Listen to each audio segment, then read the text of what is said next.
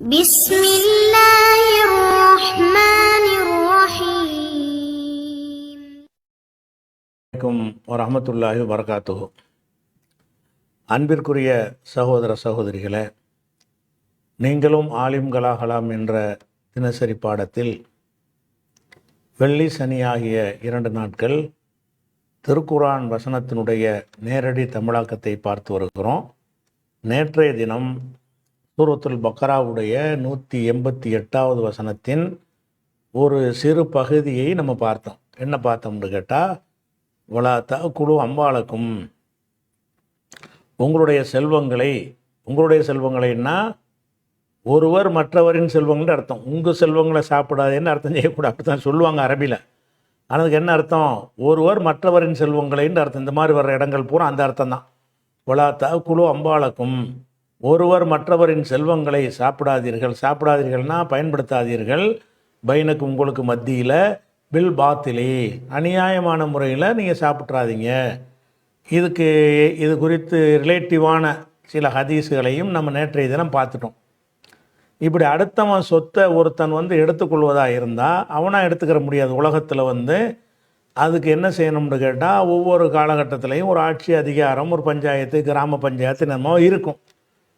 அங்கே அந்த பிரச்சனையை கொண்டு போய் அவங்கள சரி கட்டி அவங்கள்ட்ட தீர்ப்பு வாங்கி தானே எடுத்துக்கிற முடியும். ஒரு கிராமத்தில் என்னுடைய வயலை ஒருத்தன் எடுத்துக்கிறது தான் எப்படி எடுப்பான்? அந்த கிராமத்து பஞ்சாயத்தில் போய் முறையிடுவான். ஊர்க்கூட்டத்தை கூட்டுவாங்க. இது என்னுடையது தான் சொல்லிக்கிட்டு ஏதாவது சில ஆதாரங்களை வைப்பான். அதை சரி கட்டி தான் என்ன செய்வான்னு கேட்டால் தனது ஆக்குவான். சும்மா ஆக்கிட முடியாதுல்ல. ஒரு சொத்துக்களுக்கு சொந்தம் கொண்டாடுறதா இருந்தால் என்ன செய்யணும்? அது சட்ட ரீதியான ஒரு அங்கீகாரம் பெறணுமாக இருந்தால் அதை தீர்ப்பளிக்கக்கூடியவர்கள் பல வகையில் இருப்பாங்க. இப்போ நவீன காலத்தில் நீதிமன்ற முறைகள் இருக்கிறது. இப்படி முறைகள் இருக்கும். அந்த காலத்துலலாம் என்னென்னு கேட்டால் சும்மா பஞ்சாயத்துகள் வச்சுருப்பாங்க. ஊர் பிரமுகர்கள் பஞ்சாயத்து கூடுவோம் அப்படின்னு சபை வச்சுருப்பாங்க. அந்த சபையில் போய் முறையிட்டு என்ன செய்கிறதுனா நமக்குள்ளதை ஆக்கிக்கிறது. அப்போ உங்களுடைய பொருளை சாப்பிடாதீர்கள்னு சொல்லிவிட்டு அதை சாப்பிடுவதற்காக வேண்டி அந்த சொத்துக்களுடைய வழக்குகளை நடுவர்கள்ட்ட கொண்டு போகாதீங்க. அடுத்த சொத்தை சாப்பிட்றதுக்காக வேண்டி உங்கள் சொத்தாக இருந்தால் நடுவர்கள்ட்ட கொண்டு போய் வழக்கு உரையுங்க. அடுத்தவன் சொத்தாக இருக்கும் என்று சொன்னால் அதை திங்கிறதுக்கு நீங்கள் வழக்கு கொண்டு போய் தான் நீங்கள் திங்க இயலும். இல்லாட்டி சண்டை நடந்துக்கிட்டே இருக்கும். ஏன் இதுன்னு சொல்லிட்டு இருப்பீங்க. அப்போ 10 நடுவர் வச்சு பேசும்போது, இல்லைப்பா விசாரித்தா இவன் இதான்னு தெரிகிறதுன்னு தீர்ப்பளிப்பார்கள். தீர்ப்பளித்த பிறகு நீங்கள் வாட்டு போயிட வேண்டியதான். அவர் பாட்டு எடுத்துகிட்டு போயிடுவார். அதையும் நல்லா அங்கே சேர்த்து சொல்கிறான். எப்படி சொல்கிறான்ட்டு கேட்டால், ஒத்துதுலு பிஹா வலா தஅகுலு அம்வாலக்கும், உங்கள் செல்வங்களை சாப்பிடாதீர்கள், அநியாயமாக சாப்பிடாதீங்க. ஒத்துதுலு பிஹா, அந்த செல்வங்களை கொண்டு செல்லாதீர்கள். துதுலுங்கிறது அதில் அந்த தஅகுலுவில் அத்துப்பு செஞ்சு இந்த லாங்கிறது இங்கே வந்துடும். லா தஅகுலு வலா துதுலு. லா தஅகுலு சாப்பிடாதீர்கள் இருக்குல்ல, துதுலுவில் அதனால தான் அந்த நூனு போயிருக்குது. துதுலுன்னு வரல இல்லை. அதனால் ஏன் நூனு போயிடுச்சுன்னா, அந்த துதுலு என்பது இங்கே அத்துப்பு செஞ்சோம்னு சொன்னால் வலா துதுலு. அப்போ துதுலு பிஹா, அதை கொண்டு செல்லாதீர்கள். இலல் ஹுக்காமி, ஹுக்காம்களிடத்தில். ஹுக்காம்ங்கிறது ஹாக்கிம் என்பதனுடைய ஜம்மு ஹாக்கிமீன் என்றும் சொல்வார்கள், ஹுக்காம் என்றும் சொல்வார்கள். அப்போ இலல் ஹுக்காமி, நீதிமான்களிடத்தில், தீர்ப்பளிக்கக்கூடிய நீதிபதிகளிடத்தில், பஞ்சாயத்தாரிடத்தில் அதை நீங்கள் கொண்டு செல்லாதீர்கள். உங்களுடைய பொருளாதாரத்தை அநியாயமாக சாப்பிடாதீங்க.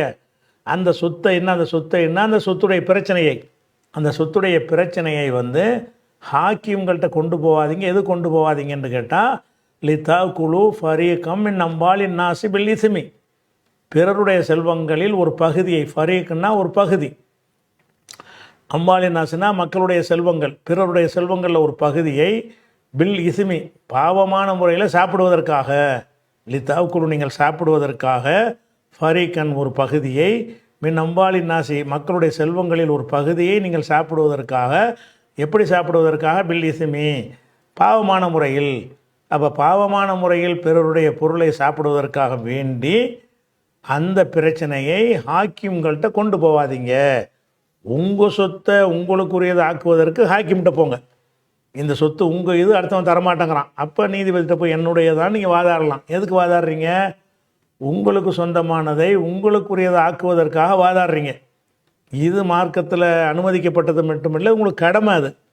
அப்படி இல்லாமல் உங்கள் சொத்து இல்லை, ஆனால் அந்த நீதிபதிகிட்ட போய் ஒரு சில பொய்யான ஆவணங்களை வச்சு 2 சாட்சிகளை பொய்யை செட்டப் பண்ணி சொன்னோம்னா நம்முடையதுன்னு ஆக்கிடுவார். அப்படிங்கிறதுக்கு நீங்கள் கொண்டு போயிடாதீங்க. அப்போ ஒலா தாக்குழு அம்பாலக்கும் பைனக்கும் பில் பாத்திலி, உங்களுக்கு மத்தியில் அநியாயமான முறையில் செல்வங்களை சாப்பிடாதீர்கள். ஓ துதுலு பிஹா, அதை கொண்டு செல்லாதீர்கள். இலல் ஹுக்காமி, ஹாக்கிம்கள்கிட்ட நீதிமான்கள்கிட்ட கொண்டு செல்லாதீர்கள். எதற்காக கொண்டு செல்லக்கூடாது? லி தாக்குழு, இந்த லாமுக்கு பின்னாடி ஒரு அன் இருக்கும். அன் தாக்குழு, நீங்கள் சாப்பிடுவதற்காக வேண்டி. அதனால தான் தாக்குழுன்னு வரல, நூன் வராமல் இருக்கல. நூன் வராமல் இருந்தாலும் என்ன இருக்குன்னு அதில் ஒரு அன் அங்கே மறைஞ்சிருக்கும். லி தாக்குழு என்றால் லி அன் தாக்குழு, நீங்கள் சாப்பிடுவதற்காக ஃபரீகன், ஒரு தொகையை, ஒரு பகுதியை, மின் அம்பாலின் நாசி, மக்கள் செல்வங்களில் ஒரு பகுதியை நீங்கள் சாப்பிடுவதற்காக. எப்படி சாப்பிடுவதற்காக? பில் இஸ்மி, பாவமான முறையில். இஸ்மி என்றால் பாவம், பில் இஸ்மி என்றால் பாவமான முறையில் சாப்பிடுவதற்காக அந்த சொத்தைன்னா அந்த சொத்து பிரச்சனையை, சொத்தை நிலத்தையே தூக்கி கொண்டு நீதிபதி கொடுப்பான். நிலம் சம்மந்தப்பட்ட பிரச்சனையை தான் கொண்டு போவான். அந்த பிரச்சனையை எங்கே கொண்டு போகாதீங்க? ஹாக்கிம்கிட்ட கொண்டு போகாதீங்க. அப்போ என்ன, அந்த ஹாக்கிமை வச்சு தான் இந்த வேலையெல்லாம் பண்ணுவாங்க. அதை எல்லாம் பண்ணிவிட்டு வான்தும் தாளமும், நீங்கள் அறிந்து கொண்டே இப்படி செய்யாதீங்க, பிறர் பொருளை சாப்பிடாதீங்கன்னு ஒரு கட்டளை. அந்த சாப்பிடுவதற்காக நீங்கள் என்ன செய்யாதீங்க? நீதித்துறையை உங்களுக்கு துணைக்கு ஆக்கிறாதீங்க. எப்படிலாம் ஆக்குவான்? லஞ்சம் கொடுத்து ஆக்குவான். எப்படி ஆக்குவான்? ஒன்று தவறான ஆவணங்களை வைத்து நீதிபதியை ஏமாற்றி தீர்ப்பு வாங்குவான். ரசூல்லா ஏமாந்து தீர்ப்பளிப்பாங்கன்னு வருதில்ல, அந்த மாதிரி. அல்லது காசை கொடுத்து, லஞ்சத்தை கொடுத்து என்ன செய்வான்னு கேட்டால், அவனுடையதை என்னுடையதுன்னு சொல்லு, உனக்கு 10% தர்றேன்னா அப்படி சொல்லக்கூடிய நீதிமான்கள் இருக்கிறாங்க. ரெண்டையும் எடுத்துக்கொள்ளுது. அதான் நீங்கள் அடுத்தவன் சொத்தை சாப்பிடுவதற்காக நீதிமான்கிட்ட கொண்டு செல்லாதீங்கன்னா அவன்கிட்ட கொண்டு போய் தவறான ஆர்கியூமெண்ட்டும் பண்ணாதீங்க. அல்லது அவனுக்கு லஞ்சம் கொடுத்தும் நீங்கள் என்ன செய்யாதீங்க? அடுத்தவன் பொருளை சாப்பிடாதீங்க அப்படின்ட்டு இந்த வசனம் 2 விஷயத்தை சொல்லுது. ஒன்று, அடுத்தவன் பொருளை சாப்பிடாதீங்கன்னு சொல்லுது. 2வது, அதை சட்டப்பூர்வமாக்குவதற்காக வேண்டி நீதிமன்றத்தை பயன்படுத்தாதீங்க. பிறர் சொத்தை உங்கள் சொத்து என்பதை சட்டப்பூர்வம் ஆக்குவதற்காக வேண்டி நீதிமன்றத்தை நீங்கள் பயன்படுத்தாதீங்க என்றதை இந்த 2வது பகுதி சொல்கிறது. அதை பற்றி சொல்லக்கூடிய ஹதீஸுகளும் இருக்கிறது. அதுவும் இதுக்கு விளக்கம்தான். அது என்ன ஹதீஸ்ன்னு கேட்டால், இது புகாரில் வருகிறது. புகாரில் வரக்கூடிய ஹதீஸ் என்ன இருக்குன்னு கேட்டால், புகாரியில் 3 இடத்துல வருது இந்த ஹதீஸ். 2 இடத்துல வருது. 2676, 2677 இதில் வருகிறது. மன் ஹலஃப அலா யமீனின், ஒரு சத்தியம், யமீன்னா ஒரு சத்தியம் செய்கிறது, சத்தியத்தின் மீது சத்தியம் செய்தானேயானால், எதற்காக வேண்டி? காதிபன், பொய்யனாக இருக்கும் நிலையில் சத்தியம் செய்வானேயானால், எதற்காக சத்தியம் செய்கிறான்? லியக்கு தத்தியா மால ரஜுலின், ஒரு மனிதனுடைய சொத்தை பறித்து கொள்வதற்காக வேண்டி, அடுத்தவன் சொத்தை பறித்து கொள்வதற்காக வேண்டி ஒருத்தன் சத்தியம் செஞ்சால், மால ரஜுலின் என்பதற்கு பதிலாக மால அஹிஹி என்று ரசூல்லா சொன்னாங்களான்னு அறிவிப்பாளருக்கு சந்தேகம். அதனால் என்ன செய்யணும்? அவுக்கால, அல்லது ரசூல்லா சொன்னார்களா அஹிஹி, அஹிஹி என்று சொன்னார்களான்னு தெரியலன்னு போட்டுக்கிட்டார். அப்போ இந்த ரஜுலுங்கிற இடத்துல மால ரஜுலின் கூட வச்சுக்கிறங்க, அல்லது மால அஹிஹி கூட வச்சுக்கிறங்க. 2ல் எது சொன்னாங்கன்னு தெரியல. ஒரு மனிதனுடைய சொத்து, ஒரு சகோதரனுடைய சொத்து. சகோதரன் சொத்தை எடுத்துக்கொள்வதற்கு சத்தியம் செய்வானேயானால் லக்கியல்லாக, அவன் அல்லாஹுவை சந்திப்பான். ஒஹுவ அலைஹி கல்பான், அவன் மீது கோபமாக இருக்கும் நிலையில் சந்திப்பான். அல்லாஹ்வை இவன் பார்க்கும்போது அல்லாஹ் கட்டும் கோபத்தோடு இவனை பார்ப்பான். அடுத்தவன் பொருளை திங்கிறதுக்கு சத்தியம் பண்ணி தானே கோர்ட்டில் கேட்பாங்க, என்ன பாதரன் அல்லா மேலே சத்தியமாக என்னுடைய இதுன்னு சொல்லிடுவான். அப்போ அல்லா மேலே சத்தியம் பண்ணி ஒருத்தனுடைய சொத்தை நீ திண்டின்னு சொன்னால், நீ மறுமையில் அல்லாவை சந்திக்கும் பொழுது எப்படி இருப்பாய்? அவன் மீது கோவப்பட்டவனாக பார்ப்பாய் என்று சொல்லி ஹதீஸை அறிவிக்கிறார். அவர் யார் அறிவிக்கிறா இதை? அப்துல்லா இப்னு மசூத் அறிவிக்கிறாங்க. அறிவிச்சிட்டு வன்சல் அல்லாஹு தஸ்தீக தாலிக்கு ஃபில் குரான், வன்சல் அல்லாஹு அல்லாஹ் இறக்கியிருக்கிறான், தஸ்தீக தாலிக்க இதை மெய்ப்படுத்தக்கூடிய வசனத்தை அருளியிருக்கிறான், ஃபில் குரானி குர்ஆனில் இந்த ஹதீஸில் சொல்கிறாங்கல்ல, இதை மெய்ப்படுத்தும் விதமாக ஒரு வசனம் இருக்குது. என்ன வசனம்? இன்னல்லதீன யஷ்தரூன பி அஹதில்லாஹி, அல்லாவிடம் செய்த உடன்படிக்கையையும் ஐமானியும் அல்லாவின் பேரால் உள்ள சத்தியத்தையும் யார் விற்கிறார்களோ, சமணன் கலினர் அற்பமான விலைக்கு விற்கிறார்களோ என்ற வசனம் இதை மெய்ப்படுத்துதுன்னு போடுறார். அந்த வசனத்தை ஒரு முழுமையாக போடலை, துணுக்கோ போட்டு விட்டார். அதாபுன் அலீம் வரைக்கும் போட்டார். அந்த வசனத்தை வந்து நம்ம எடுத்து பார்த்துக்கலாம். முழு வசனம் கேட்டால் என்ன செய்யும்? எத்தனை வசனம் சொல்கிறாரு? 3 வந்து 77 தானே. அந்த 3:77 வசனத்தை அவர் சொன்னதுனால அதை நீங்கள் என்ன வசனம் முழுசாக சொல்லுது இன்னுக்குள்ளே குறிப்பிடாமல் விட்டார். அதனால் 3:77 வசனத்தை நம்ம என்ன செய்வோம்? முழுசாக பார்த்துடலாம். 3:77 இருக்குது. இதான் 3:77. இன்னல்லதீன யஷ்தரூன பி அஹதில்லாஹி ஐமானியும், அல்லாஹ்வுடைய சத்தியத்தை கொண்டு யார் வந்து அற்பமான சமணன் கலீலன் அற்பமான விலைக்கு விற்று விடுகிறார்களோ, உலாய்க்கு அவர்கள் லா ஹலாகலஹும் பில் ஆஹிரா, ஆகிரத்தில் எந்த ஒரு நசீபும் அவங்களுக்கு கிடையாது, எந்த பாக்கியமும் கிடையாது. ஒலாயு கல்லிமுஹுமுல்லாஹு, அவங்கள்ட்ட அல்லாஹ் பேசவே மாட்டான். ஒலா எல்துர் இலைஹிம், அவர்களை பார்க்க மாட்டான், கருணை பார்வையோடு பார்க்க மாட்டான். யௌமுல் கியாமத்தி, கியாம நாளில். ஒலாயு ஜக்கீஹிம், அவங்களுடைய தீமைகளிலிருந்து அல்லாஹ் அவங்களை தூய்மைப்படுத்தவும் மாட்டான், மன்னிக்க மாட்டான்னு அர்த்தம். உலகும் அதாபுன் அலீம், அவங்களுக்கு துன்புறுத்துகிற வேதனை இருக்கிறது என்ற இந்த 3:77 வசனம் இந்த ஹதீஸ் சொல்கிற கருத்தை தான் சொல்கிறதுங்கிறார். இந்த ஹதீஸை மெய்ப்படுத்தக்கூடியதாக இந்த வசனம் இருக்கிறது அப்படிங்கிறாரு. அப்போ அடுத்தவருடைய பொருளை எடுத்துக்கொள்வதற்காக சத்தியம் பண்ணுவது, ஹாக்கிம்கிட்ட போய் நீதிமான்கிட்ட போய் சத்தியம் செய்வதெல்லாம் தப்பு என்பதை இது சொல்கிறது. அதே மாதிரி ரசூல் ஸல்லல்லாஹு அலைஹி வஸல்லம் பல சந்தர்ப்பத்தில் சொல்கிறாங்க, லான ரசூலுல்லாஹி ஸல்லல்லாஹு அலைஹி வஸல்லம், ரசூல்லா சபித்தார்கள் அர் ராஷிய ஒல் முர்தஷிய. ராஷின்னா லஞ்சம் கொடுக்குறவன், முர்தஷி என்றால் லஞ்சம் வாங்குறவன். லஞ்சம் வாங்குறவனையும் லஞ்சம் கொடுக்குறவனையும் ரசூல்லா சபித்திருக்கிறார்கள். லஞ்சம் எது கொடுப்பான்? அடுத்தவன் சொத்தை தனதாக்குறதுக்கு தானே லஞ்சம் கொடுப்பான். பிறர் சொத்தை தனதாக்குவதற்காக லஞ்சம் கொடுத்தான்னு சொன்னால் அவனை அல்லாஹ் சபிக்கிறான் என்று திருமதிலையும் இருக்கிறது, அகமதிலையும் இருக்கிறது. இந்த ஹதீஸ்கள் எல்லாம் பிறருடைய பொருளை நம்ம அடையக்கூடாதுன்னு சொல்லக்கூடிய இந்த வசனத்தின் விளக்கங்கள். 188வது வசனத்துடைய விளக்கமாக என்ன வருது? பிறருடைய பொருள்களை நம்ம சாப்பிட்றக்கூடாது. இது ஒரு விஷயமாச்சு. அடுத்து வந்து இந்த வசனத்தில் அவ்வளோதான். இந்த வசனம் சொல்கிறது என்னன்னு கேட்டால், பிறர் சொத்துக்களை சாப்பிடாதீங்க, பொய் வழக்கு கொண்டு போகாதீங்க, லஞ்சத்தை கொடுத்து உங்களுக்கு சொந்தமாக்காதீங்க, பொய்யான சத்தியம் செஞ்சு உங்களுக்கு உடைமை ஆக்கிறாதீங்க. அப்படி ஆக்குனீங்கன்னா மறுமையில் பயங்கரமான குற்றங்கள் இருக்குது என்ற எல்லாத்தையும் தொகுத்து ஒரு விஷயமாக நம்ம என்ன செய்யணும்? எடுத்து வைத்து கொள்ளலாம். அடுத்ததாக 189. 189 வசனம் என்ன சொல்லுதுன்னு கேட்டால், எஸ் அலூனக்க, உம்மிடத்தில் கேட்கிறார்கள். உம்மிடத்தில்னா ரசூல்லாவிடத்தில். அப்போ எஸ் அலூனக்க, அவர்கள் உம்மிடத்தில் கேட்கிறார்கள். அனில் அஹில்லதி, பிறைகளை பற்றி கேட்கிறார்கள். இந்த பிறை வருது, இனத்துக்கு இந்த பிறையெல்லாம் வருது என்று கேட்கிறார்கள். யார்? மற்ற காஃபிரா உள்ளவங்க கேட்டாங்களா, யார் கேட்டாங்கங்கிறது அது இதில் சொல்லப்படலை. ஆனால் இல்லை, பலரும் கேட்டிருக்கலாம். எஸ் அல் உனக்க, உம்மிடத்தில் கேட்கிறார்கள். அனில் அஹில்லத்தி, அஹில்லத்தி என்பது வந்து ஹிலால், ஹிலால் என்பதனுடைய பன்மை தான் அஹில்லத்து. அஹில்லத்து எதுக்கு பன்மையாவது? ஒரு ஹிலால் தானே இருக்குன்னு கேட்டால், ஒரு ஹிலால் தான் இருக்குது. ஒவ்வொரு நாளைக்கு ஒரு வடிவத்தில் வருதில்ல, அதனால் நிறைய ஹிலால் ஆகுதுங்க. ஹிலாலுங்கிறது 1வது நாளைக்கு ஒரு மாதிரியாக இருக்கும், 2வது நாளைக்கு அது ஒரு சைஸ் பெருசாக இருக்கும், 3வது நாளைக்கு இன்னும் கொஞ்சம் பெருசாக இருக்கும், 14வது நாளைக்கு முழுமையாக இருக்கும், 15, 16லேருந்து இப்படி குறைஞ்சிக்கிட்டே வரும். அப்படி குறைஞ்சிக்கிட்டே போய் கடைசியில் இல்லாமல் போயிடும். அப்போ அது பல வடிவம் இருக்குது. சுமார் 25 வடிவத்தில் அது இருக்குது. சில நாட்கள் அது இல்லாமல் போயிட்டால் கூட ஒரு 24 நாளைக்கு என்ன செய்யலாம்? அந்த பிறையை நீங்கள் பார்க்கலாம். பல வடிவங்களில் நீங்கள் பார்க்குறீங்க. அப்போ பல வடிவங்களில் வர்றதுனால தான் பிறைகள் என்று பன்மையாக இருக்கிறது. எஸ் அலூனக்க, உம்மிடத்தில் கேட்கிறார்கள். அனில் அஹில்லத்தி, பிறைகளை பற்றி. பிறை என்று சொன்னால் பல வடிவத்தில் வருதில்ல, ஒவ்வொரு நாளைக்கு ஒரு சைஸாக இருக்குதுல்ல, அதுதான் ஹிலால் என்பது. அப்போ அந்த பிறைகள் எதுக்கு வருதுன்னு எது கேட்குறாங்கன்னு கேட்டால், இது எப்படி சூரியன் இருக்கிற மாதிரி ஒரே மாதிரியாக இருந்துட வேண்டியதானே? சூரியன் இருக்கிறது எப்போ பார்த்தாலும் முழு பிரகாசத்தோடு தான் இருந்துக்கிட்டு இருக்கு, இல்லைன்னா டோட்டலாக மறைஞ்சிருது. பகலாக இருந்தால் முழு பிரகாசத்தோடு நம்ம பார்க்குறோம், இரவாயிருச்சுன்னா முழுமையாக நம்மளை விட்டு மறைஞ்சிருது. இந்த சந்திரன் அந்த மாதிரியே பண்ணுது, அது மறைஞ்சிரவும் செஞ்சிருது.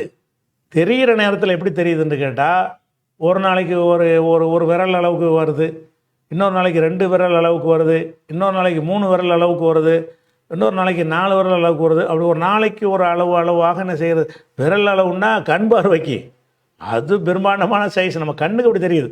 அப்போ ஒரு நாளைக்கு ஒரு சைஸில் தெரியுத, எதுக்காக வேண்டி ஒரு நாளைக்கு ஒரு சைஸு, இது ஏன் தேயுது, ஏன் வளருது? இந்த கேள்வியுடைய அர்த்தம் என்னன்னு கேட்டால், என்னத்துக்காக இது தேய்கிறது, என்னத்துக்காக இது வளர்கிறது அப்படின்னு சொல்லிட்டு என்ன செய்கிறாங்கன்னு கேட்டால், இந்த ஒரு அல்லாஹ் இதை சொல்கிறான். அப்போ குல் நபியை நீங்கள் சொல்லுங்கள், எதுக்கு இப்படி தேயுது வருதுன்னு கேட்டால், உங்களுக்கு ஒரு காலம் காட்டுவதற்கு தான், வேற ஒன்றும் இல்லை. காலம் காட்டதை நாளை காட்டலைன்னு சொன்னால் சூரியன் வந்து நாளை காட்டாது. 1வது நாள் 2வது நாள் என்று சூரியனை பார்த்து உங்களுக்கு முடிவெடுக்க முடியுமா? எத்தனாம் தேதி சூரியன் சொல்ல முடியுமா? சூரியனை பார்க்குறீங்க, இது 7ஆம் தேதி சூரியன் சொல்ல முடியுமா? இது 15ஆம் தேதியுடைய சூரியனாக இருக்கும்னு சொல்ல முடியுமா? அதில் வந்து டேட்டு பார்க்கக்கூடிய ஒரு அம்சம் அதில் அமைக்கப்படவில்லை. பிறைகளை பார்த்து என்ன செய்ய முடியும், நம்ம சொல்ல முடியும். இது 3வது நாள், இது சைஸை வச்சு, சைஸ் கூடுதலை கூடிக்கிட்டே வரும்போது கூட்டிக்கிட்டே வருவோம், குறைஞ்சிட்டே வரும்போது குறைச்சிக்கிட்டே வருவோம். அப்போ இந்த பிறைகள் வந்து பிறைகளாக ஏன் இருக்குன்னு அவன் கேட்குறான். கேள்வி என்னன்னு கேட்டால், எஸ் அல் உனக்கு அணில் அகில்லத்தி, இந்த பிறைகள் பல வடிவங்களாக இருக்கிறது ஏன்? ஒரே மாதிரி பளிச்சுன்னு இப்போ பார்த்தாலும் இருக்க வேண்டியதானே? சூரியன் இருக்கிற மாதிரி என்ன செய்யணும், பகல் பூரா சந்திரன், இரவு பூரா சந்திரன் வந்து நமக்கு வெளிச்சம் தரணும், பகல் பூரா சூரியன் வெளிச்சம் தரணுன்னு அப்படி இருந்தால் நல்லா இருக்கும்ல. அது ஏன் சந்திரன் வந்துக்கிட்டு கொஞ்சம் கொஞ்சமாக தருது, வளருது, தேயுது? அதான் கேள்வி என்னென்று, ஏன் வளர்கிறது, ஏன் தேய்கிறது என்பது தான் கேள்வி.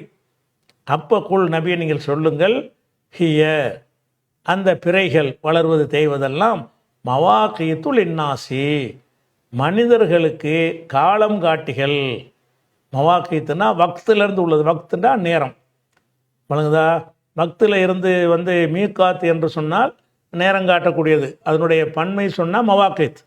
மவாக்கியத்துனா வக்தை காட்டக்கூடிய, நேரங்களை காட்டக்கூடியது. ஹியாவை மவாக்கியத்துல் இன்னாசி, மனிதர்களுக்கு காலம் காட்டியாகும், காலங்காட்டிகளாகும். ஒவ்வொரு பிறையும் ஒரு டேட்டை உனக்கு சொல்லுகிறது அப்படின்ட்டு அவங்களுக்கு ஒரு பதில் சொல்லியாச்சு. அப்போ இந்த பிறை ஏன் கூடுது குறையுதுன்றது தான் கேள்வி. ஏன் கூடுது குறையுதுன்னு கேட்டால், நாட்களை எண்ண வேண்டிய ஒரு தேவை இருக்கிறது ஒரு மனிதனுக்கு. அதனால் என்ன செய்வாங்கன்னா, இது 1வது நாள், இது 2வது நாள், 3வது நாள் எண்ண வேண்டி இருக்குது. எண்ணுவதற்கு இந்த மாதிரி இந்த நவீன காலத்தில் உள்ள மாதிரியான 24 ஹவர்ஸ் இந்த கடிகாரம், போக்குவரத்து அதெல்லாம் இல்லாத ஒரு காலம். அப்போ அந்த மாதிரி நேரத்தில் அவன் எப்படி வந்து டேட்டா யாபத்தில் வச்சுக்கிடுவான்னு கேட்டால், பிறையை வச்சு தான் வச்சுக்கிடுவான். பிறையை பார்ப்பான், இன்றைக்கி தெரிஞ்சிச்சா 1, இன்றைக்கி 2. அப்போ மனிதர்களுக்கு அது காலம் காட்டியாக இருக்கிறதுங்கிறது இந்த வசனம் சொல்கிறது. இதை வச்சுக்கிட்டு இந்த பிறையை கணிக்கணுன்னு ஒரு கும்பல் கிளம்பியிருக்காங்கல்ல, பிறை எதற்கு அல்லாஹ் தந்திருக்கிறான், அது ஒரு காலண்டர். காலண்டர்னால் என்ன இருக்குன்னு இவங்கள விளக்கம். காலண்டர்னால் எப்படி இருக்க வேண்டும், முன்கூட்டியே தீர்மானிக்க வேண்டும், துல்லியமாக தள்ள வேண்டும். நமக்கு மட்டும் இல்லை, எவனுக்கோ காலண்டர் இருக்கிறதோ காலண்டர் இருக்கிறதா அப்படியெல்லாம் என்ன செய்கிறாங்கன்னா ஒரு கேள்வியை கேட்டு, இந்த கணித்து பிறையை வந்து பார்க்காமலேயே கணிக்கலாம்ங்கிற ஒரு கூட்டம் இருக்கான் பாருங்க, அவன் இந்த வாசனத்தை எடுத்து ஆதாரம் காட்டுறான். இதை காட்டுற ஒரு மூளை உள்ளவன் இதை காட்டுவானா? இது காலம் காட்டியாக இருந்துச்சு, எப்படி என்ன மாதிரி காலம் காட்டுனுச்சு, எதன்படி காலம் காட்டுனுச்சு? இந்த ரசூலுல்லாஹ்வுடைய காலத்தில் இந்த காலம் காட்டின மாதிரி அது படைக்கப்பட்டதுலேருந்து காலம் காட்டிட்டு தான் இருக்குது. ஆதம் அலைஹிஸ்ஸலாம் காலத்திலேயும் அது காலம் காட்டுனுச்சு, ரசூலுல்லாஹ் காலத்திலும் காலம் எப்படி காட்டியது, அந்த மக்களுக்கு எப்படி அது காலம் காட்டியது என்று சொன்னால், சைஸை வச்சு வானத்தில் பார்த்து தான் காலம் காட்டியது. இது பிறை பிறந்து விட்டு இது 1 மட்டும் பார்த்துட்டு அடுத்து நம்ம டெய்லி பார்க்க தேவையில்லை.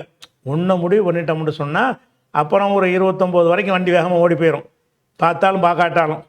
அப்போ வந்து அந்த காலம் காட்டுவதற்குடைய அம்சம் அதில் இருக்க போய் தான் அல்லாஹ் என்ன செய்கிறான்னா, அந்த பிறையை உனக்கு காலம் காட்டும். அந்த பிறையை பார்த்தீங்கன்னா என்ன செய்யும், இது 1வது, இது 2வது, இது 3வது நாள் என்று உனக்கு காட்டும்னு சொல்லப்படுது. அப்போ பிறை காலம் காட்டுதுன்றவொன்னே என்ன செய்கிறாங்கன்னா நமக்கு ஒரு காலண்டராக இருக்க வேண்டும். பிறை என்பது ஒரு காலண்டராக இருக்க வேண்டும். அதனால் பிறை காலண்டர் நாங்கள் போட்டிருக்கிறோன்னு சொல்லிட்டு இன்றைக்கி என்ன செய்கிறாண்டா 2030 காலண்டர் போடுறாங்க, 2040 காலண்டர் போட்டு இன்றைக்கி 1 2ங்கிறாங்க. இது சரிதான், இது காலம் காட்டுறதுங்கிற வகைக்கு ஓகே தான். ஆனால் இப்படி தான் அந்த மக்களுக்கு காட்டுனுச்சா? காலங்காட்டியாக இருக்கிறது இந்த நூற்றாண்டு தான் காலம் காட்டுதா? அதுக்கு முந்தைய காட்டுனுச்சா? இந்த காலம் காட்டுவது இந்த காலண்டரை இந்த மாதிரி விஞ்ஞான கணிப்பெல்லாம் வந்த காலத்தில் மட்டும் காட்டுதா? 13 நூற்றாண்டை காட்டுனுச்சா? 13 நூற்றாண்டு இல்லை, பல நூற்றாண்டுகளாக அது காலம் காட்டிட்டு தானே இருக்குது. எப்படி காட்டுனுச்சு? அப்போ காலங்காட்டியாக இருந்துச்சுன்னா என்ன செய்கிறான்னா, இவனாக ஒரு காலண்டரை வச்சுக்கிட்டு இதான் காலங்காட்டிங்கிறான். அப்போ இவனுக்கு பிற தேவையில்லைன்னு சொல்ல போனான். இப்போ இதுதான் காலங்காட்டின்னு வருமே, அதனால் எதுக்கு பிற உனக்கு என்னத்துக்கு?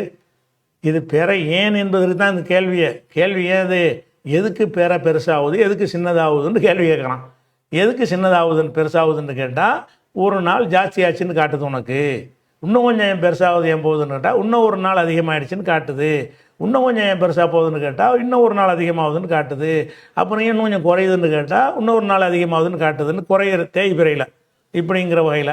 அப்போ இந்த பிறைகள் காலம் காட்டிங்கிறது நம்ம என்ன செய்யக்கூடாது, இந்த நூற்றாண்டுக்கு தான் காலம் காட்டுதுன்ற மாதிரி இந்த வசனத்தை மாற்றி போடுறானுங்க. இந்த பிறை காலம் காட்டு ரசூல்லா காலத்துலேயும் காட்டுனுச்சு. எப்படி காட்டுனுச்சு? பார்த்து தான் காட்டுச்சு. ரசூல்லா காலத்தில் எப்படி காலம் காட்டுனுச்சு? பிறையை பார்ப்பாங்க, இது ஒன்று கண்டுபிடிச்சிட்டாங்கன்னா 28 வரைக்கும் பேசாமல் போயிட்டே இருக்கும். 29 வந்தோன்னு நினச்சவங்க மறுபடியும் பார்ப்பாங்க. பார்த்துட்டாங்கன்னா மரம் 1, பார்க்கலன்னா 30, அடுத்த நாள் 1. அப்போ ரசூல்லா காலத்தில் காலம் காட்டியதைத்தான் கேள்வியை. இவன் ரசூல்லா காலத்துலலாம் இல்லாத மாதிரி இப்போ தான் இந்த 2000 தான் இந்த குரான் இறங்கின மாதிரி என்ன செய்யறான், இந்த காலண்டரை தான் சொல்லுது. பார்த்தீங்களா, நாங்கள் காலண்டர் போட்டோம், அல்லாஹ் இதை காலண்டர் என்கிறான், நாங்கள் காலண்டர் போட்டு விட்டோம்னு சொல்லி இவன் போடுறாங்க. இவன் போடுவது என்னன்னு கேட்டால், அந்த பிறைகளை பார்க்காதங்கிறதுக்கு காலண்டர் போடுறான். அங்கே சொல்வது பிறைகளை பார்க்கறதுக்கு தான் காலண்டருங்கிறான்ல. எதுக்கு இந்த மாதிரி பிறைகளை சின்னது பெருசாக அகில்லா பன்மையாக வர சொல்கிறான்? ஒரு நாளுக்கு ஒரு வடிவம் எதற்காக எடுக்கிறதுன்னு தான் கேள்வியே. ஹிலால்னு ஒத்த வார்த்தை சொல்லாமல், சந்திரண்டு கமர்னு ஒரு வார்த்தையை சொல்லாமல் ஹிலால்ன்ற வார்த்தை சொல்லப்படுது. சந்திரன் கமர்னா அந்த பொருளுக்கே பேர். 1வது நாளாக இருந்தாலும் கமர் தான், 5வது நாளாக இருந்தாலும் கமர் தான், அதுக்கு பேர். ஹிலாலுங்கிறது என்னென்னு கேட்டால், ஒவ்வொரு நாளைக்கு ஒரு நிலை எடுக்கும் இல்லையா, அதுக்கு தான் ஹிலாலுங்கிற பேர். அப்போ பல நிலைகளை கொண்டதாக ஏன் பிறை இருக்கிறதுன்னு அவன் கேட்குறான். அதுக்கு மார்க்கம் பதில் சொல்லுது, அல்லாஹ் பதில் சொல்ல சொல்கிறான், அது மனிதர்களுக்கு காலம் காட்டியாக இருக்கிறது. நீங்கள் அதை பார்த்து நாட்களை நீங்கள் கணித்து கொள்ளலாம். எத்தனாவது நாள் இன்றைக்கி டேட்டை அறிந்து கொள்ளலாம்ன்றான். அப்போ டேட்டை அறிந்து கொள்வதற்கு அல்லாஹ் படைச்சிருக்கான் என்று சொன்னால், அப்போ அன்றைக்கும் காலம் காட்டியாக இருக்கணும், இன்றைக்கும் காலம் காட்டியாக இருக்கணும்.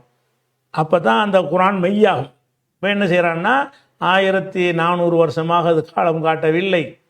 காலம் காட்ட அல்லாஹ் படைத்திருக்கிறான்.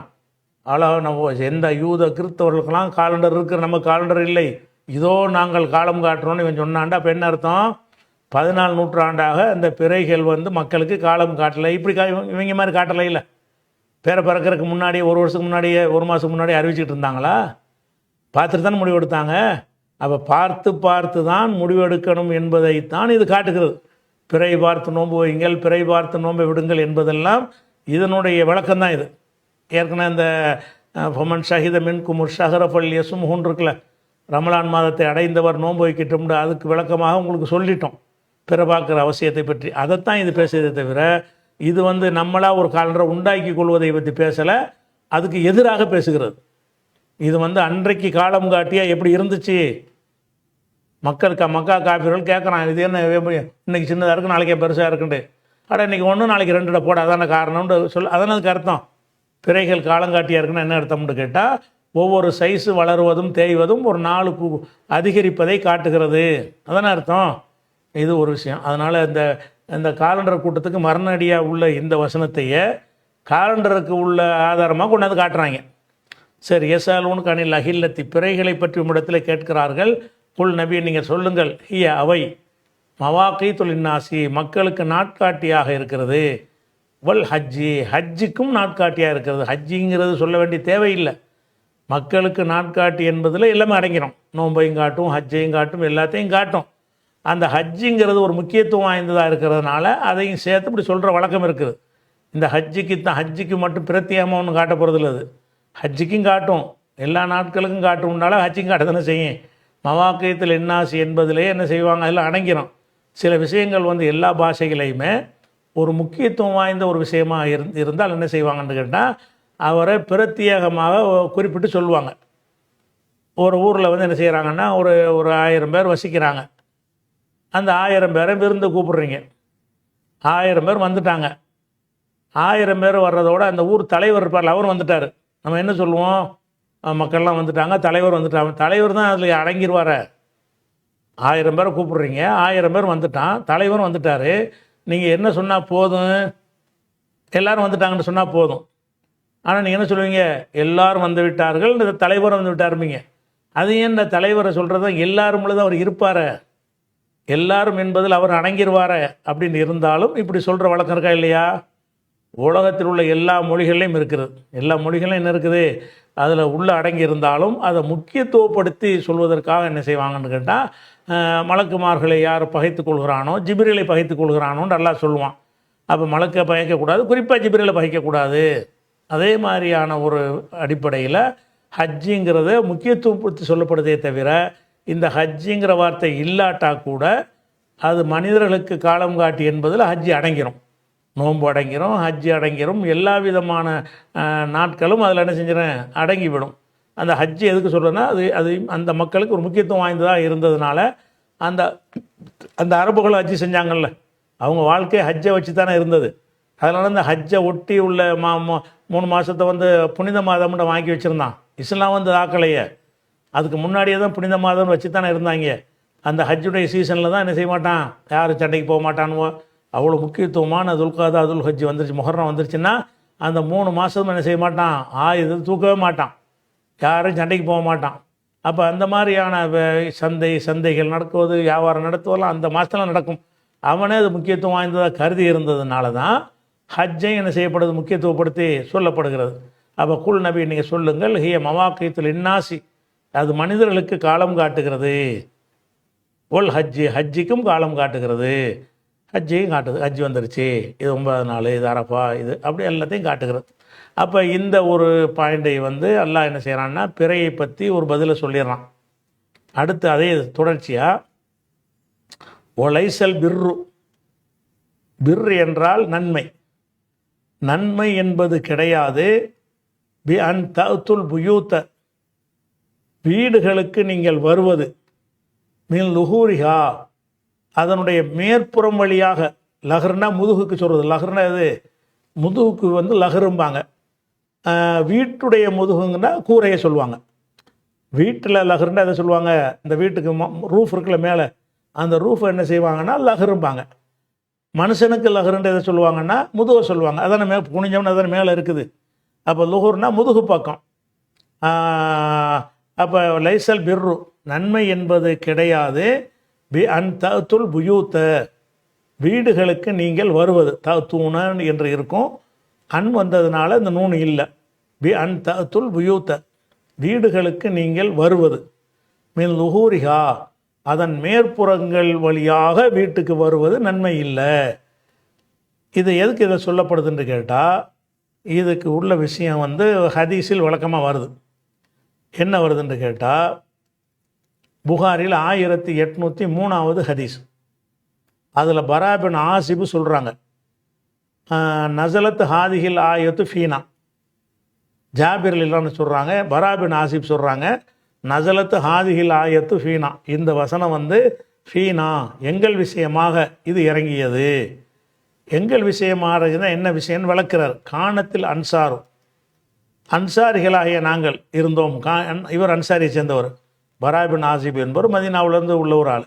அப்போ காணத்தில் அன்சாரும், அன்சாரிகள் மதீனாவாசிகள், இதா ஹஜ்ஜு, ஹஜ்ஜு செய்து ஃபஜாவு, வீட்டுக்கு வருவார்கள் என்று சொன்னால், லம் எதுகுலு, நுழைய மாட்டார்கள், மின் கிபலி அபுவாபி புயூத்திஹிம். புயூத்துன்னா பைத்துடைய ஜம்மு, பைத்துன்னா வீடு, புயூத்துன்னா வீடுகள், அபுவாபுன்னா வாசல்கள், பாபுண்டா வாசல், அபுவாபுன்னா பாடம்ங்கிறதுக்கு பாபு சொல்லுவாங்க. அது கிதாபில் வரும்போது அந்த அர்த்தம், அது பாடங்கள் அத்தியாய நூல்களுக்கு உள்ள சட்டம். அது பொதுவாக பார்ப்போம்னா வாசல். அப்போ அபுவாபி புயூத்திஹிம், அவங்களுடைய வீடுகளுடைய, அபுவாபுனா வாசல்கள், கிபல்னா திசை, கிபல்னா என்னது, திசை. அப்போ வீடுகளுடைய வாசல் திசையில் நுழைய மாட்டார்கள்.